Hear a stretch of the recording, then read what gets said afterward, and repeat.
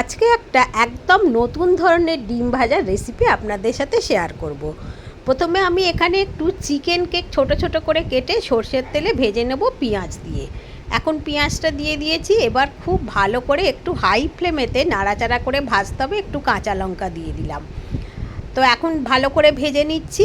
এরপরেতে এতে দিয়ে দেবো আদা আর রসুনের টুকরো, একটু ছোট ছোট করে কেটে দিয়ে দিয়েছি। এখন খুব ভালো করে নেড়েচেড়ে ভেজে নিতে হবে এটা। পরিমাণ মতো একটু নুন দিয়ে দিয়েছি। এবার এই ভাজাটা একটা মুরগির ডিমের মধ্যে, হাঁসের ডিমও নিতে পারেন, নিয়ে ভালো করে মিশিয়ে নেবো। ডিমের মধ্যে এই চিকেন, পেঁয়াজ, রসুন, আদা যেগুলো ভাজলাম ভালো করে মিশিয়ে নিয়ে কড়াইতে আরেকটু তেল দিয়েছি, দিয়ে এটা দিয়ে দেবো। এবার খানিকক্ষণ সময় দিতে হবে এক পিঠটা হবার, তারপরে এরকম করে আস্তে আস্তে করে তুলে উল্টে দিলেই হয়ে গেল।